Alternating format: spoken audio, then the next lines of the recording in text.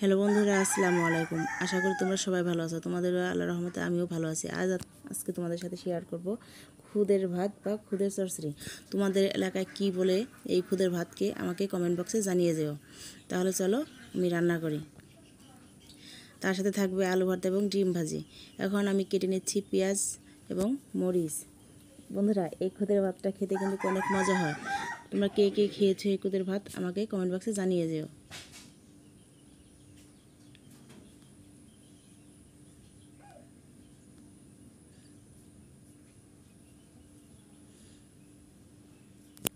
আমি কেটে নিচ্ছি মাঝারি সাইজের 2টা পেঁয়াজ।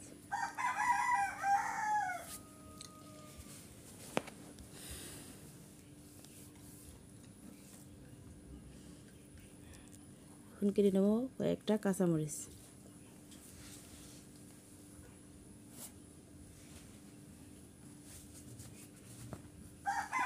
এখন আমি কড়াইয়ের মধ্যে পরিমাণ মতন তেল দিয়ে দেব। এখন এর মধ্যে আমি দিয়ে দেব সামান্য একটু দারচিনি এবং এলাচ, একটা তেজপাতা। এর মধ্যে দিয়ে দেব আমি কেটে রাখা পেঁয়াজ এবং মরিচ।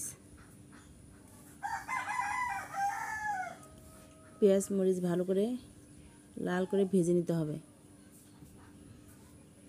পেঁয়াজ এবং মরিচ ভালো করে ভাজা হয়ে গেছে। এর মধ্যে দিয়ে দেব পরিমাণ মতন পানি।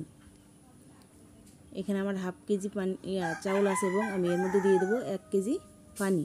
এই পানিটা ভালো করে ফোটানো লাগবে। আমি এখন ঢাকনা দিয়ে ঢেকে দেব। পানি অলরেডি বলক এসে গেছে। এখন আমি এর মধ্যে দিয়ে দেবো ধুয়ে রাখা খুদের চাউল। অনেকেই অনেকভাবে রান্না করে। বন্ধুরা, আমি আমার মতন নিজের মতন এভাবেই রান্না করি। ভালো করে লাড়া দিয়ে এখন আমি ঢেকে দেব। তার সাথে বানাবো আলু ভর্তা এবং আমি সিদ্ধ করে রেখেছি আলু।